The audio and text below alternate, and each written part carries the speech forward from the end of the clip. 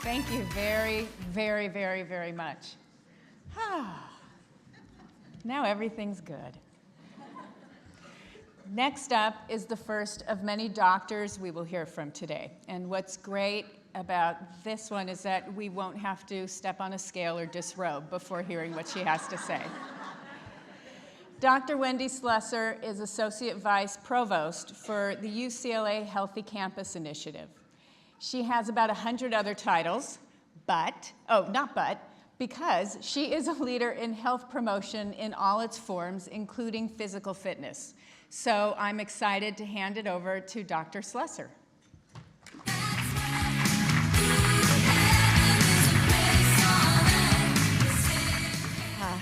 Thank you, Vicki, and your team for inviting me and planning this awesome event.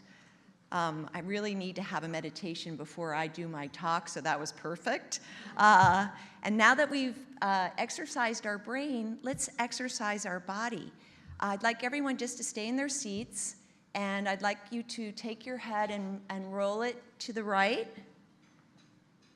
And then let's roll it to the left. And then let's say no. And now let's go yes. Yes. And then let's roll our shoulders backwards. And now let's roll our shoulders forward. And let's pat ourselves on the shoulders. Good job. Good job. And now I want you to throw your worries away. Just throw them away. Okay. And then give your neighbor a high five. Okay. Very good. Okay.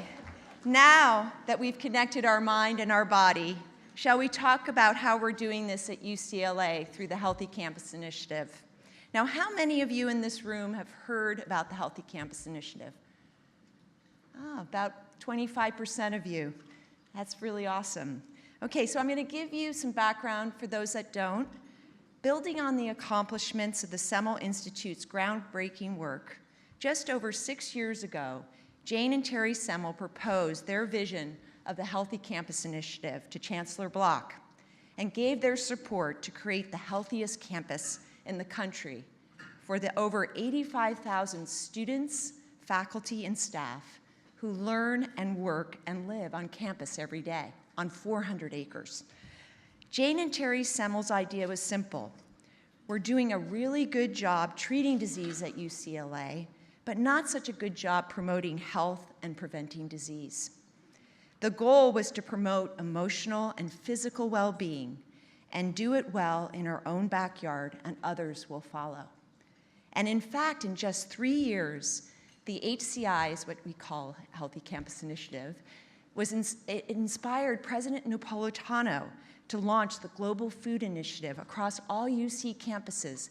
And now there's the Healthy Campus Network across all UC campuses based on our Healthy Campus Initiative. It also inspired Michelle Obama to launch the Healthier Campus Initiative across the entire United States in the Partnership for Healthier America. Now, Jane and Terry have created an unstoppable movement where people at UCLA are thinking outside of the box, relying on science as our ally to create a culture of health. And last year, HCI expanded its focus to include social well-being. Now, what is social well-being? It's having supportive relationships and love in your life. Research has shown social well-being to be one of the strongest predictors of positive health. People with strong social connections have been found to live longer, have stronger immune systems, lower rates of anxiety and depression, and higher levels of empathy and self-esteem. On the other hand, a lack of social connection is linked to getting sick and taking longer to heal. And in fact, Dr. Chris Dunkelstetter here shared with me that poor social well-being is equivalent to smoking 15 cigarettes a day. So we live in a world today where some say we're more connected than ever, yet we are more lonely than ever, with more than 25% of Americans reporting they have no one to confide in, 1 out of 4. Let me ask this educated audience, what device has been in most of our hands for just 5 years that is linked to this stunning rise in loneliness? I'm sure you can guess. I'll give you a hint. It's easily consumed, addicting, and needs to be charged. And perhaps it's misnamed and it's not so smart after all. So I'd like all of us to take a moment and close our eyes, and I want you to think of a time when you felt alone or knew someone who did, and think about what you did about it. Let's take a moment. Okay, please hold on to that thought until lunchtime, and perhaps you can share your experiences with others. You know, loneliness can happen at any point in our lives. It can happen when we leave the comfort of our home to start university. It can happen when we're busy at work or studying or during life transitions. I myself felt the loneliness, the greatest loneliness, when I was a new mom with young children.